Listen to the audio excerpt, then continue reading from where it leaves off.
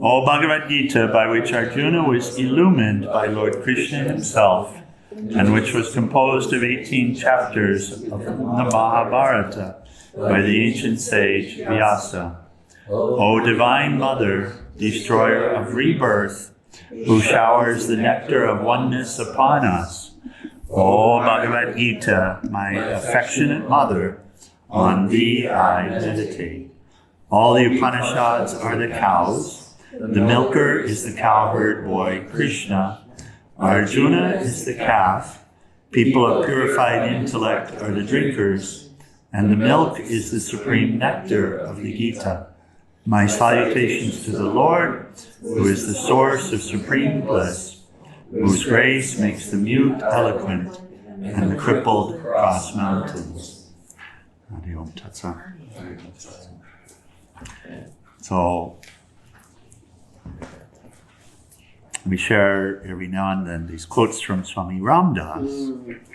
And here's the one for today. Of course, it speaks to right where we are. He says, the world is a grand display of the Lord's Leela. So play also through Maya, through the Lord's Maya. The world is a grand display of the Lord's Leela. In fact, each one of you playing an individual part in it is himself in his self-expression. In the light of this knowledge and vision, you are all eternally one. The appearance of diversity belongs only to the surface.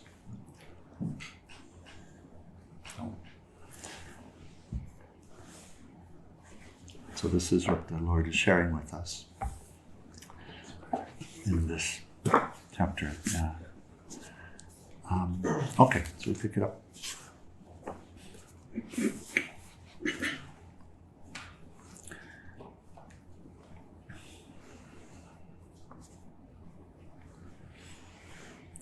So 24 that we just covered, because their understandings are still shallow, many still believe that I, the unmanifested one, am limited to one particular manifestation. They have not yet seen my true nature, which is unchanging and supreme. And as he continues, not everyone can see me as I truly am because I veil myself in Maya. Where do we see evidence of Maya here? Where don't we? Very good. Yes. Very good. Oh. Thus deluded, the world does not recognize me as the one who was never born and never changes.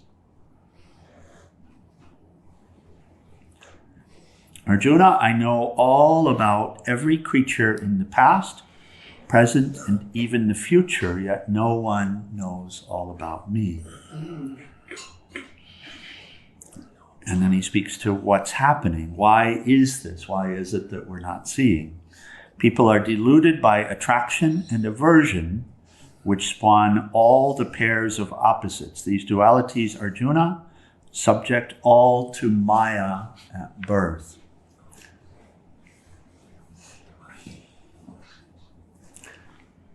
Do we catch the way this mind is working in this state of delusion? Mm-hmm. Do we see how it gets constantly distracted? And you see how we didn't even take ourselves to be distracted? Yeah. Yeah, we just considered it to be normal. This is the way it is, right? We've used some examples over the last days that might help us to catch how subject we still are to it, more or less, right? So in the process of awakening, we start to hear something. We start to open up enough. There's enough of a crack. We start to hear something, and the other thing that happens without really noticing it is that you begin to develop the ability to see yourself, this limited self, right? You begin to recognize the ability to see what the mind is doing. And until that point, it just seems this is the way it is. We say that this voyage from duality to union, for us as individuals, it looks something like, we see duality first as I am one and everything else here is the second. So as if we are in unity as an individual, as if not recognizing the duality within us at first, right? And it just seems, well, I changed my mind, no big deal, you know. It's from I that changed my mind. Yeah. So it seems the separation is between I as a unity and you as a second, or whatever the objects are. And that's when we're really in the state of darkness, and we're not even seeing the inner conflict yet. But when you begin to see the inner conflict, that's really the beginning. It's said that the first step of awakening really is knowing that I don't know, right? Which brings this process where you begin to take yourself less seriously, this inner, and recognize that I can't follow this. And so the duality moves from me and all of this to within me. And we begin to see at least two factors within us, right? And that's when we start looking at, then what am I following? If there are at least two factors within me, what am I following? Right? This is where Peace Pilgram speaks about the self-centered self and the God-centered self. She says it this way, and this is this Maya. She says, it's as if there are two of us. There aren't really two of us, but it's as if there are two of us, practically speaking, right? And when we catch it, we can start to see the mind. We can start to see, oh yeah, that's right. This is what happens. I get it. This like and dislike.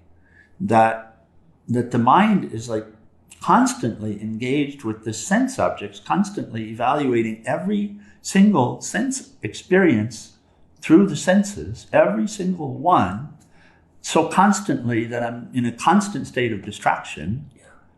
Right? I'm just coming constantly into union with the different sense objects in this way. And every one of them, it's evaluating as how, is it good or bad, and how good is it and how bad is it? Yeah? We catch this, we'll use food often as the example of this, because it's a very good example. And I'll bring up pizza, so we joke about pizza, but We had pizza the other Last night. night. very good. Very good. We missed the pizza, my goodness. Do you like that? I'll share a little Pilgrim story. Actually, we'll use ice cream instead of pizza this time. So ice cream can be controversial. So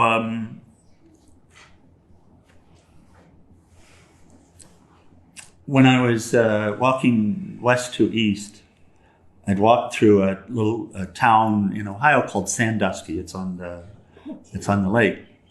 It's famous in some circles for its roller coasters. Yes. It's an amusement park and its collection of roller coasters. No, that's Cincinnati. Anyway, set that aside. Yeah. And this is what the mind does. No, I don't even need to tell it. You just gave the example. That's perfect. Thank you. It does this whole association game. So, right, one word brings a form. And it just does it just like that. And a form brings a word just like that. And then the judgment of it, which of course isn't a judgment of the thing, it's just a judgment of our idea of it. Right? So And then I'll give this little part of the story, because I had a long day walking, and we saw an ice cream place, dairy, in front of us on the road, and so the mind said, "Could I please have an ice cream?" And I said to the mind, "Yes, today, yes, because you've been very good today." Normally I would say no, because mind in training. We should have a little sign that says "Mind in training." MIT. And actually, you'll see that you are in dialogue with the subconscious. You are in dialogue, and you're constantly making choices that you can come to see are affecting the state of that. So when it's unruly, you have to clamp down on it. You have to. That's what self-control means. So, and it had always led me by the nose, and so we turned it around, and on pilgrimage, it had asserted so much, but it was really coming into a lovely state. By the time I got to Ohio, it was very compliant, and so instead of demanding things, it would ask for them. And I, playing the role of the intellect, would say yes or no. And so I said, yes, okay, we can have an ice cream. You've been a good boy. Like talking to a puppy dog. It is, it's a dog. It is, it's the animal part of us. So it is a dog. Just like, so, or we could say the first child. And that's very much true. So we went in and we ordered an ice cream, and we ordered a small waffle cone. Now you see this, all this information is here. And this is how many years ago. And one little bitty event, having an ice cream. And then even more than that is having, first they gave it, and the thought that came is, oh my God, this is the largest ice cream cone I've ever had. Now, in order to know that, there has to be the memory and association with every single ice cream cone before then. And how many thousands were there?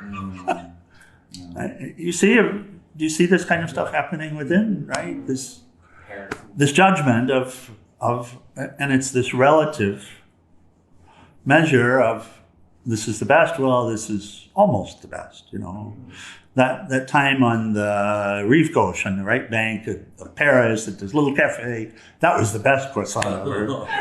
This one, second best. And then the association of the idea of the ingredients in it, and what is it that it's missing if it's not quite so good, or what is it that it's really got just the right amount of if it's really great, and right? So when we catch the way it's working, we say, ideally, oh my God, I'm not going to be a slave to this anymore. And that's what he's talking about. So the Lord is here. The Lord is right here. The Lord is the ice cream. The Lord is the cone. The Lord is the one enjoying it, for God's sakes. Right? This is all the lower nature of the Lord. This is what's being shared. And the higher nature is that supreme substratum, that supreme enjoyer underlying all of this. But hidden by this factor, this Maya, which is not actually an enemy, but is a factor that we have to recognize, because even the Maya is the Lord's. This is what's being shared. So anyway, I'll finish this little piece of the story. So I tasted the ice cream, and then what do I have to hear inside? I have to hear, this is the best ice cream I've ever had. And we take that to be us. Right? And then we make a big deal about how great it is. We tell all of our friends how great it is.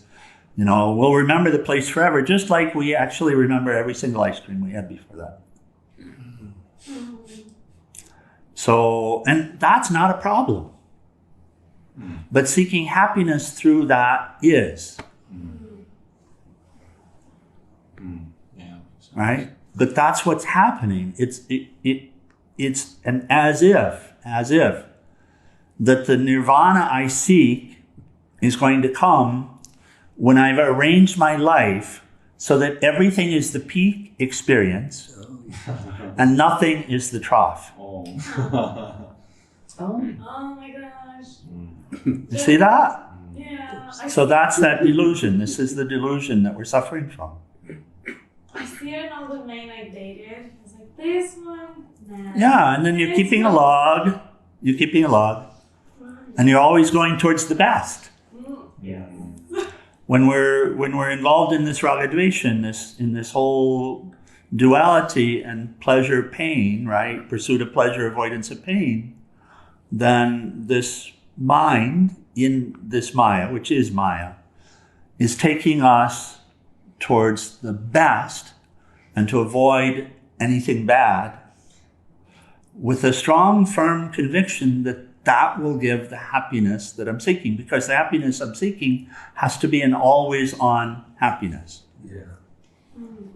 And if it's not, then something's wrong and I have to find better. So this is what's at work. So he says people are deluded by attraction and aversion, right? And it's constant in this mind, you see. Every person's being judged. Every experience is being judged. Every single experience, every single person that you've ever met in countless births is all logged away, filed away somewhere in his mind stuff. All the senses. Swamiji, I think that's why I can't. This mind can't remember anything anymore. Yeah. Too much. Well, what happens is we will naturally withdraw ourselves from it when we see this, and refuse to participate any longer. That's really what pratyahara is. Pratyahara is a practice of non-participation. That's it. I'm not going to participate with the sense objects anymore, and I'm not going to participate with this mental process that keeps dragging me out and preventing me from being able to see. That's a soul choice, as it were. The choice is made at the intellect, but it affects the soul. Because, again, the bondage is an as-if bondage. So people are deluded by attraction and aversion, which spawn all the pairs of opposites. These dualities, Arjuna, subject all to Maya at birth. And then he adds this beautiful commentary. He says, that means deluded souls take birth with the same delusion. In a way, this shows that souls who are born with delusion must have lived before acquiring such delusion. In the beginning, babies don't show these delusions, but as they grow, their past samskaras, mental impressions, surface like germinating seeds that sprout and then bring up the old trees buried inside. The delusion is caused by ignorance. Opposites arise, likes and dislikes. If you aren't deluded, you won't have likes and dislikes.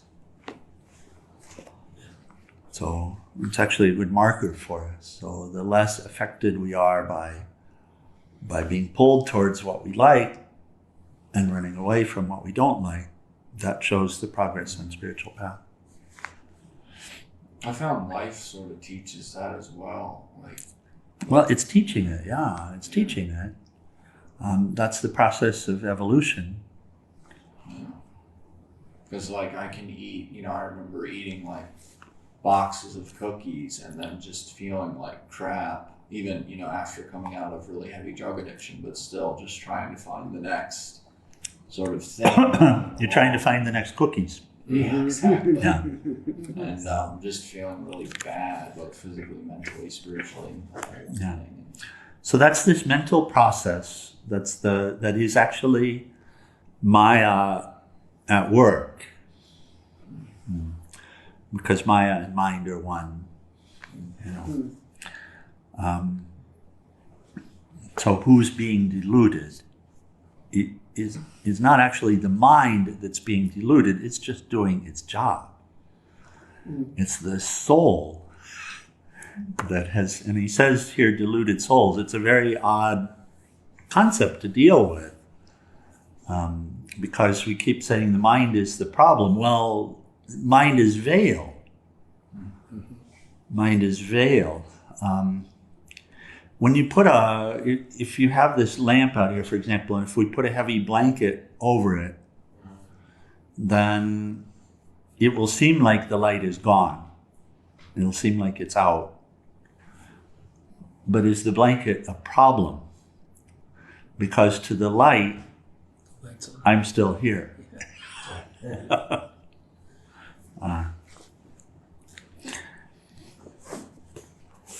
But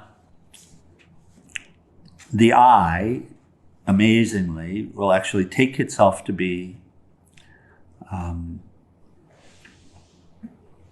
subject to the blanket. So what we do in yoga is we work with this mind in order to crack the mind open to end the delusion. As if we work to take the blanket off for the light to discover that it is the light. So it's almost like disempowering the mind. Because I was thinking, you were talking about the ice cream, and I was thinking about, and then in the beginning you were talking about how you start to have sort of an inner duplicity of like a little bit of space between the mind. And I was thinking, like, if I you begin to notice that there are different aspects within you that are both competing for your attention. And whose attention? Right. Oh. Thinking of. Oh. Whenever you say thinking, that's not I.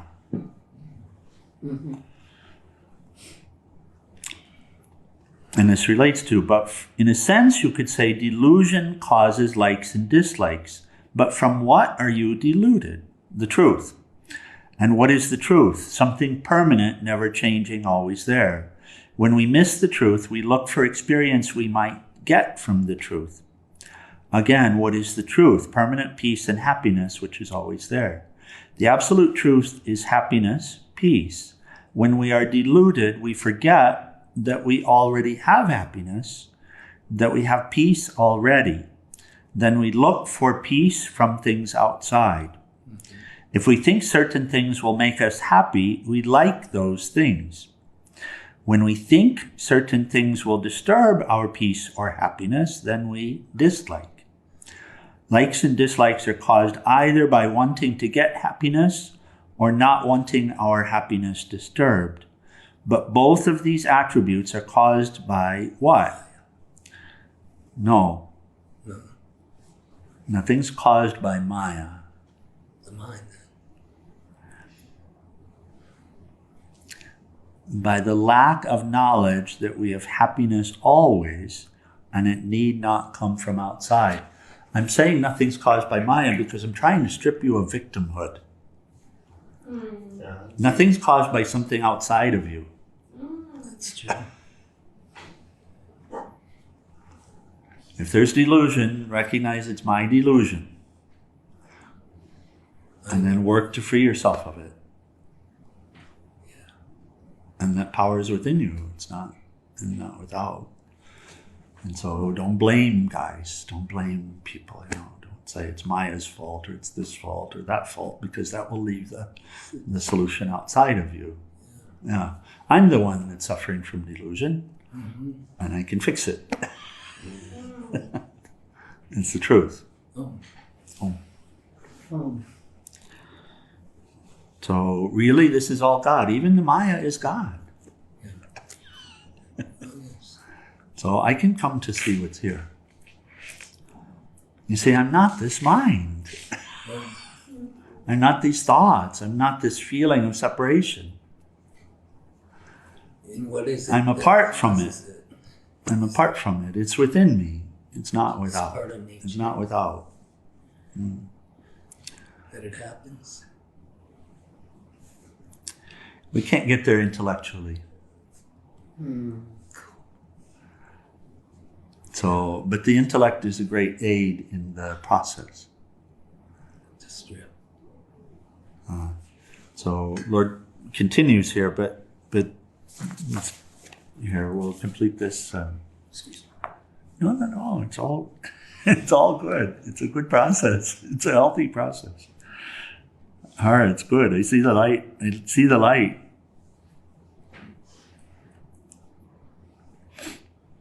So he says, likes and dislikes are caused either by wanting to get happiness or not wanting our happiness disturbed. It says, nobody can make us happy. Nobody can make us unhappy. Happiness is always in us. The moment we forget the truth of our own self, we are deluded and begin to look for it from outside. That causes likes and dislikes. And in a way, that simplicity is what's up here.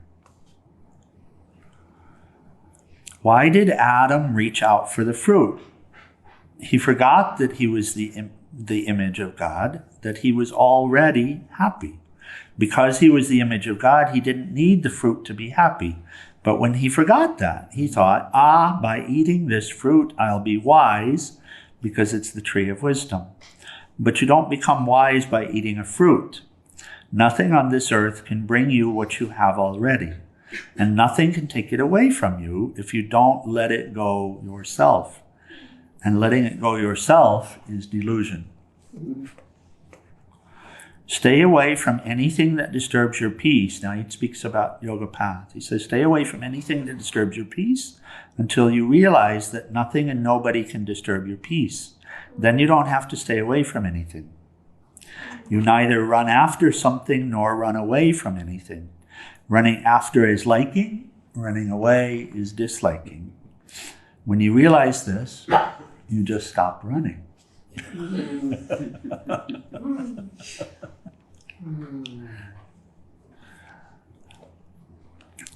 And then we'll close the 7th this morning. Lord Krishna continues, but people who do good free themselves from doing bad. Can you read that again?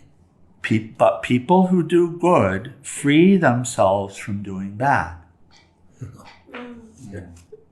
like giving the mind a good occupation or job. Is that sort of what he's saying? And thus rise above the delusion of these dualities. Really, it's a conversion of the mind stuff to sattva. That's what's being discussed.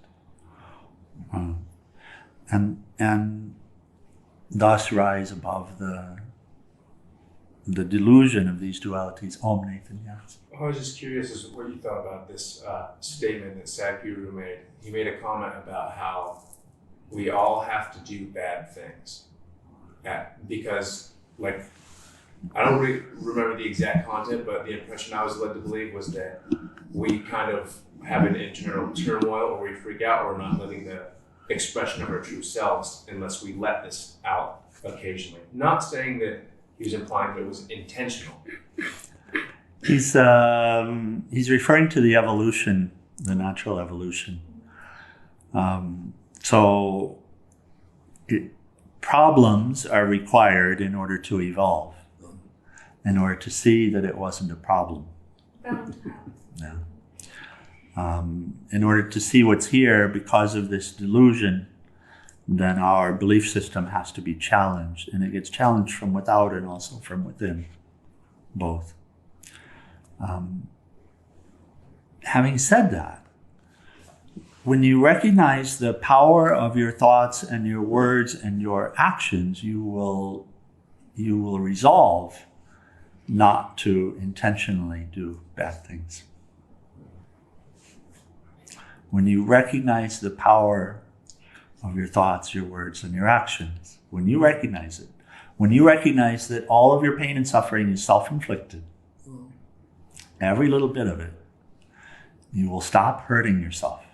You will stop trying to hurt yourself when you recognize who's hurting you. Huh? So at that point, you will stop trying to do things that are out of alignment. Inertia momentum will continue to carry those tendencies forward. Until you've cleaned them all. And the one who's cleaned them is called a saint. Doesn't have any longer identification with this little person. That identification is gone. And doesn't do anything in order for this little person to get gratification any longer. So that happens through the process of cleaning. And the process of cleaning becomes intentional when we begin to realize how we've been a slave to this raga-dvesha, to this like-dislike, aversion, to being pulled towards things that invariably can't give us what we want, because you are what you want, at the deepest sense.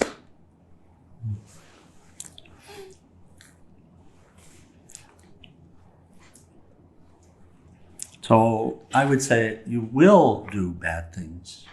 You have done bad things, but you're actually being drawn to a state where you cease that, and you don't even do. And that doesn't mean that you just sit on your thumbs. That means you find yourself to be an instrument, not separate from the one, not separate from all here. It's hard not just reflecting on all the bads and growing from that, but then also thinking of the bads that you've already done, that you haven't uncovered yet or realized, and then the future ones that are yet to come. Yeah. We don't, and here the concept is used, a good way to relate to this, because we tend, there are all these connotations to good, bad, etc. Beneficial, not beneficial is a good way to relate. That which is helpful towards what? Helpful towards realizing the truth, or towards peace, inner peace, the state of inner peace. And that which is not beneficial. And if you look at it that way, you see that as long as we remain slaves to the objects, which includes the people, as long as we remain bound to them through this process of I like you and I don't like you,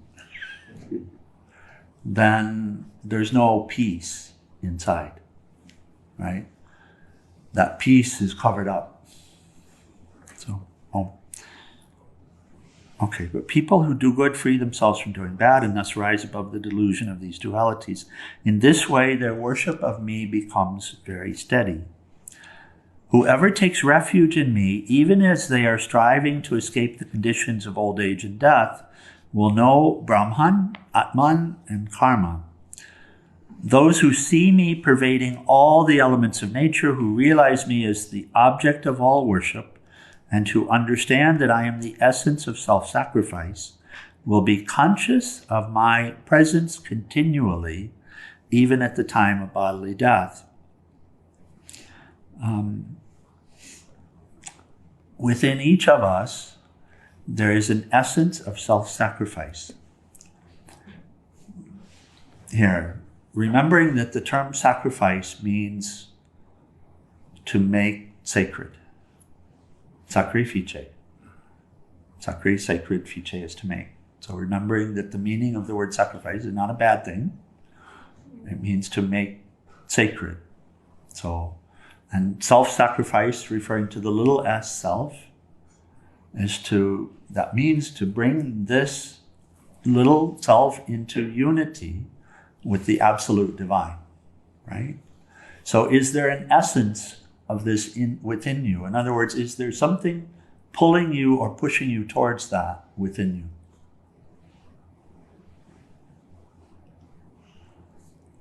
Yes? Everyone? Yeah. Something pulling you to be better, to rise up? Yeah. So he says, those who understand that I am the essence of self-sacrifice. Is that understood?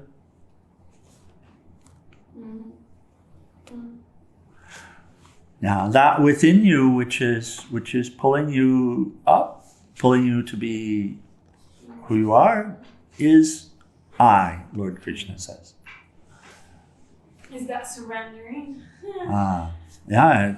Well, surrendering's hard, isn't it? Yes. Yeah. But that's but we're being urged to give the little self to that, which is the natural state, since it actually already is that.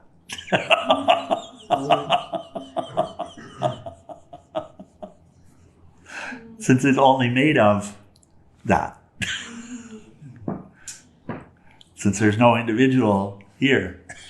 In other words, Wherever you look, you keep looking, but there's not actually an individual here, because everything that the individual is made of is universal. Every single factor that the individual claims to be mine is a universal factor. So the only thing I own, it seems, after all of this is delusion. And I shall let that go. Even delusions too. A factor. Even delusion is not mine. But it seems like it. Because I live in a state of constant denial that everything I'm taking to be separate is unity. It's all made of, constructed of, a unity. And all of the factors that we deal with, the life force, intelligence, everything that's here, the voice. How do these voices work? How does the liver work? How does the blood flow? Everything we're dealing with, every single thing, there's no individual in it. That's right. Even the delusion is clearly not individual. Yeah. Because we're all suffering from it.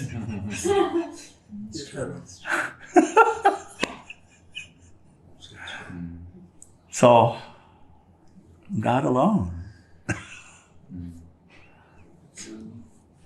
God alone.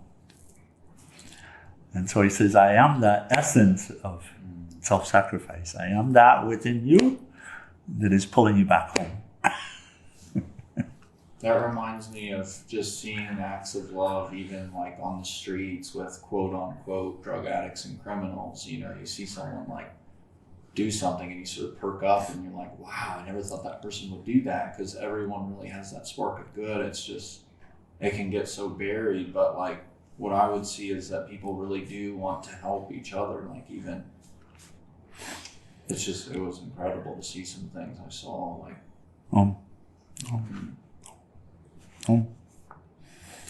Every factor, every single factor comes from only the one.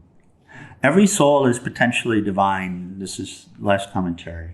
So 30 is the close of this chapter. Every soul is potentially divine. To realize that divinity is the ultimate goal. Achieve this by any of these aids. Use any label you want. Call yourself a Jewish boy or Catholic girl, Christian, Buddhist or Hindu, Tantra yoga or mantra yoga or an integral yogi. Use any label, it doesn't matter, but stick to it until you achieve the goal. Once it's achieved, drop all these affiliations and labels. If you want, just keep it as a sort of memento. This is the crutch that helped me to walk. Put it in a golden case and keep it as a souvenir. But you don't need it. Thus ends the 7th discourse of the Bhagavad Gita, the science of yoga, entitled The Yoga of Knowledge and Realization. Hari Om Tat Sat. So I was reminded on leading up to taking sannyas that it is a renunciation. It's a very specific renunciation. It's a renunciation of all of the affiliations. Every single one. So the one taking sannyas traditionally will renounce religious association, affiliation. So many people will say, "You're a Hindu monk," and I always have to smile. And what are you? Well, I can't be defined, my dear. We just have lovely conversations.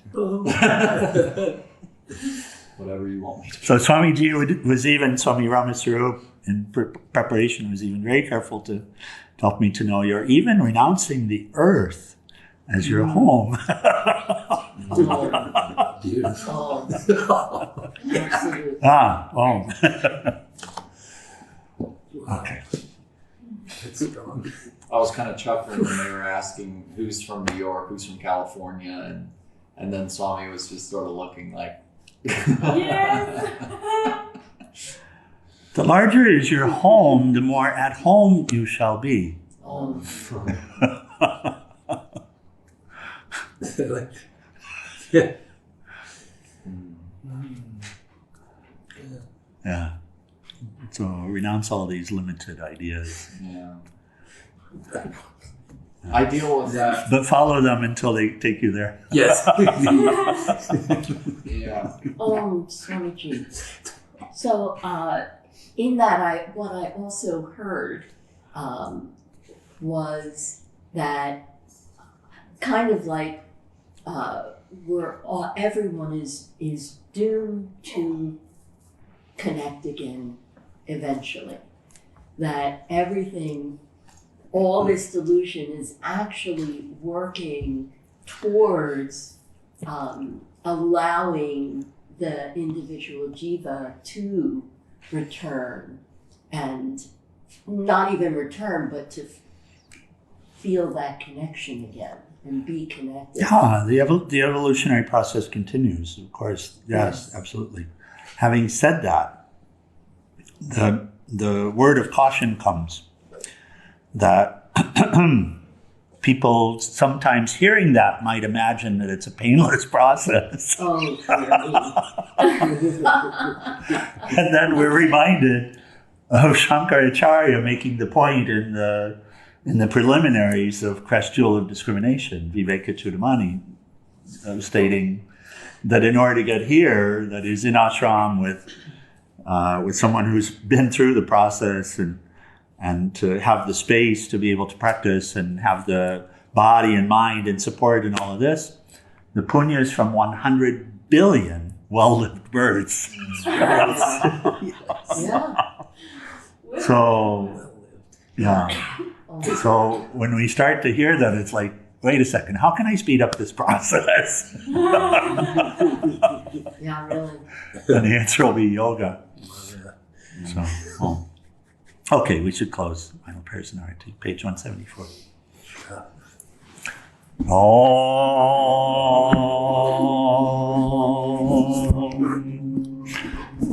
Om Trayambakam Yajamahe Sugandhim Pushtivardhanam Orvai Rukameva Bandhanan Mritor Mukshayamam Mritat Om Trayambakam Yajamahe Sugandhim Pushtivardhanam Orvai Rukameva Bandhanan Mritor Mukshayamam Mritat Om Trayambakam Yajamahe Sugandhim Pushtivardhanam Orvai Rukameva Bandhanan Mritor Mukshayamam Mritat Om Sarvesham Swastir Bhavatu Sarvesham Shantir Bhavatu Sarvesham Purnam Bhavatu Sarvesham Mangalam Bhavatu Sarve Bhavantu Sukhinaha Sarve Shantu Niramaya Sarve Bhadrani Pashyantu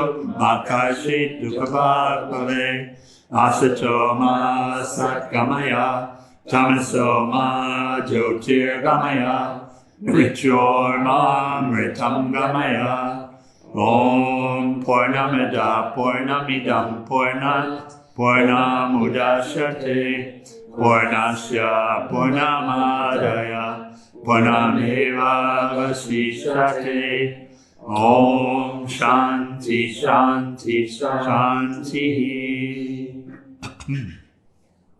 Adorable Lord of mercy and love, Salutations and prostrations unto thee. Thou art omnipresent, omnipotent, and omniscient. Thou art Satchidananda. Thou art existence, knowledge, and bliss absolute. Thou art the indweller of all beings. Grant us an understanding heart, equal vision, balanced mind, faith, devotion, and wisdom. Grant us inner spiritual strength to resist temptation and to control the mind. Free us from egoism, lust, anger, greed, hatred, and jealousy. Fill our hearts with divine virtues. Let us behold thee in all these names and forms. Let us serve thee in all these names and forms. Let us ever remember thee. Let us ever sing thy glories. Let thy name be ever on our lips. Let us abide in thee forever and ever. And below Sakura Shivananda Ki, and for all the saints and sages of all the traditions. Stand for